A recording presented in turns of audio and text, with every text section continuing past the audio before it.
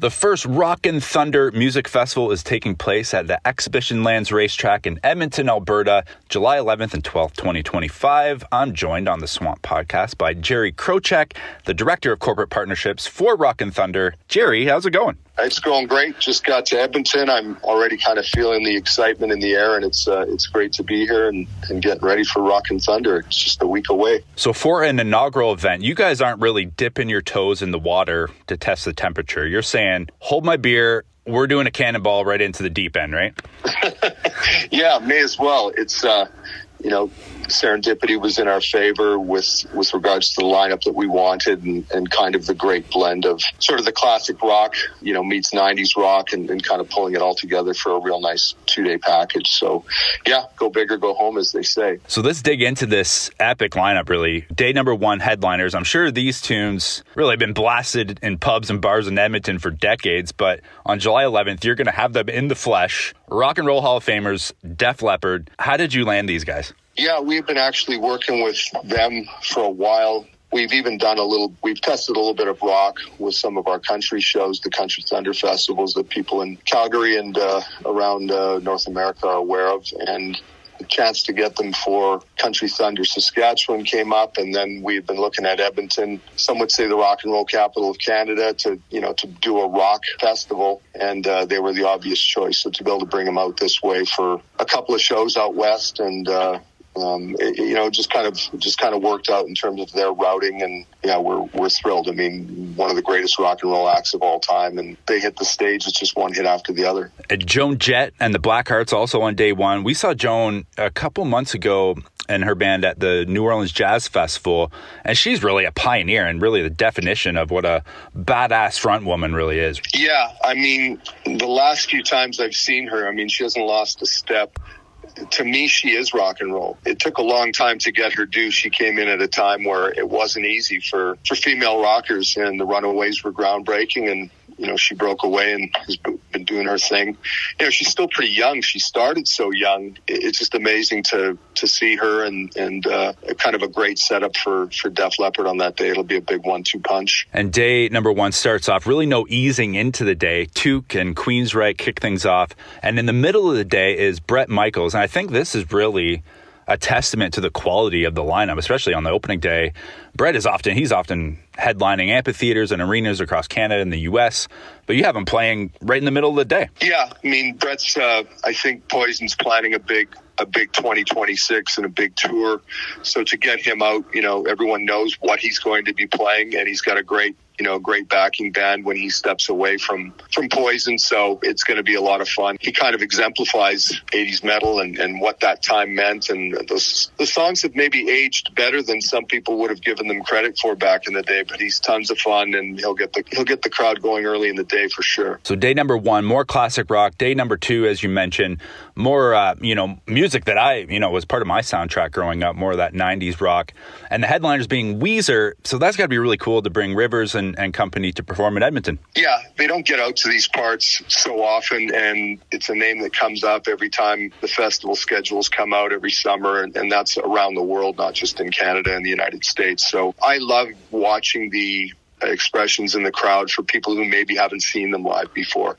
They have some classic records and classic songs and, are kind of a staple with alt rock radio from that era, but seeing them live, I mean, that's where you get the true Weezer experience. So I'm looking forward to people finally getting a chance to see them who maybe haven't seen them or certainly haven't seen them in many, many years in these parts. And the penultimate band on day number two, it's a great story, in my opinion. We're really excited to see kind of this new era for the band live and in person, Stone Temple Pilots. So tell me about this, the new era of Stone Temple Pilots and bringing them to Rockin Thunder. Yeah, everybody knows the history of a band like that and what they went through and what they've sort of endured and had to come out and came out the other side. You're never going to replace a frontman like Scott Weiland, but you're going to kind of put your own spin on some classic material and then just add to the catalog, which is exactly what they've been doing. So again, the familiarity of the songs with a fresh twist and sort of a new lease on their life is, again, a great kind of setup as direct support to Weezer. The second day, it begins with a trio of Canadian bands who we've had the pleasure of covering and interviewing each of them the past few years, Default, the Trews, and Sam Roberts Band. So tell me, Jerry, a little bit about the importance of having some Canadian acts on the bill. I think a lot of bands from Canada back in the day are getting their due. Some of it has to do with our friends from Toque reigniting some of those, classic Canadian tunes. So you always ask yourself, who's going to be considered Canadian classic rock royalty in the future? And I think you do have to start with Sam Roberts Band. It wasn't that long ago where they came out with their first couple of hits and people took notice. They've been one of the most consistent bands in the country probably for the better part of the last 20 years. So for me, that's one that definitely looking forward to.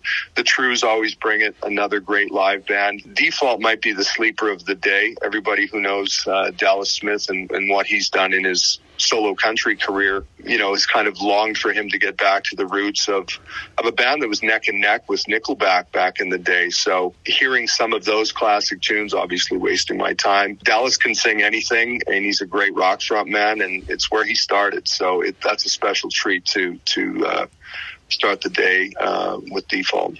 And I'm glad you mentioned it about the kind of the future classic Canadian rock. Because I always hesitate to say that. It's like, I can't call the Trews or Sam Roberts classic rock. But, give it 10 years, I guess. And you're absolutely right. They're going to be the ones on the classic rock radio, right? Yeah, I was in a room with a bunch of Americans listening to Toque going, I can't believe how great these guys are. Wow, they've got amazing songs. And you have to let them know that those are 40-year-old Canadian classics, like whether it's April Wine or Aldo Nova or some of those artists that they sort of got people reinterested. And it's a great story. Toque's going to be so much fun that first day. Again, just top to bottom, starting with Queensryche. Amazing bunch of musicians, and going into Toque, and it's just one after the other. It's going to be, like you say, kind of a rapid fire weekend, and 10 great acts and tons of fun. And second stage with lots of terrific Alberta artists and fun music. It's not going to get any better. So you touched on it a bit, Jerry. I know your connection with some of the other festivals across Canada and the U.S., but how did Rockin Thunder in Edmonton come together? Like, who made this happen? Our ownership group, led by Troy Vollhoffer, who's a Prairie boy and originally from Saskatchewan. We just saw kind of an opening and a need. We love the shows that we do in Alberta. BBJ is a heritage country festival that we took over probably about 5 years ago. So between that, Country Thunder Alberta, and the opportunity to do something different and bring another festival to Western Canada, because sometimes we get a little bit underserved in this part of the world. Again, it has a lot to do with the fabric of this community. Coming here last night, I could already feel it, seeing and hearing, coming to the hotel, seeing all the Rockin Thunder banners all over the hotel with the Edmonton's Best Hotels program, and hearing everything on the radio and just feeling the electricity a week out. It's pretty easy to tell that we made a really good call by starting this. We're already planning for next year. I've seen some of the artists that we've signed for 26, and it's only going to get better. Oh, that's super exciting. So you've kind of already started describing the scene to me, Jerry, but I know we've never been before, and we're pumped to take it in ourselves when we get to Edmonton. But the Edmonton Expo Center, Exhibition Lands Racetrack, it sounds like it's very well connected with public transit. Sounds like it'll be a perfect and a seamless venue for fans to take in this rock festival. They're pretty adept at entertaining large groups of people, certainly at the Klondike site. So the easy in, easy out, lots of room. It's a high capacity venue. Lots of great food and refreshment vendors and things to do, things to see. Again, that second stage with Alberta artists, as well as a program that we're doing with the Edmonton Rock and Roll Society. They have a youth program that reminds me a lot of School of Rock, and we're going to have kids playing on 5 o'clock each of the days. So yeah, kind of pulling the community, the spirit of rock and roll and the spirit of this city together. Edmonton's an amazing city with lots of great traditions, and we want to add to it. For some of the fans that maybe haven't got their tickets yet or haven't booked their hotels, I know this is something that we took advantage of when we were booking our accommodations in Edmonton for the festival, but you have a nice partnership with Edmonton's Best Hotels. Tell me a bit about that and what these Rockin Thunder festival bucks are all about. Yeah, everybody always says, "What's the catch?" And there's no catch. It's a great partnership and a great kind of tourist piece and an amazing organization, Edmonton's best hotels. So you can choose any one of about 50 different hotels, and for every night you stay, you get 75 Thunder Bucks, which you can use for food and beverage, merchandise, anything you want once you pass through the gates at Rockin Thunder. So pretty cool. I mean, typically people are staying for 2 or 3 nights. You can fill your pocket with $225 to use any way you want, which adds to an already great value. Yeah, when I saw that, I thought the same thing. I was like, what's the catch here? But when more I read into it, I was like, no, this is awesome. This is just a great deal. So I'm sure fans will be super pumped to take advantage of that. So, and I'll tell you what, Jerry, we're absolutely pumped to travel to Edmonton for the inaugural Rockin Thunder Music Festival. As we mentioned, Def Leppard, Weezer, Joan Jett, STP, Bret Michaels, and the list goes on. Head to rockinthunderfest.com for all the details. Jerry, it's been a pleasure, and we'll let you get back to setting up barricades and lights and sound equipment and all the things that go into running a music festival. But thanks for taking some time with us today. I'll leave that to the smart people on the team, but I appreciate it a lot, and I look forward to meeting you in person. Yeah, absolutely. Can't wait to meet you, man, and can't wait to get to Edmonton. Looking forward to it. Cheers, brother. Bye.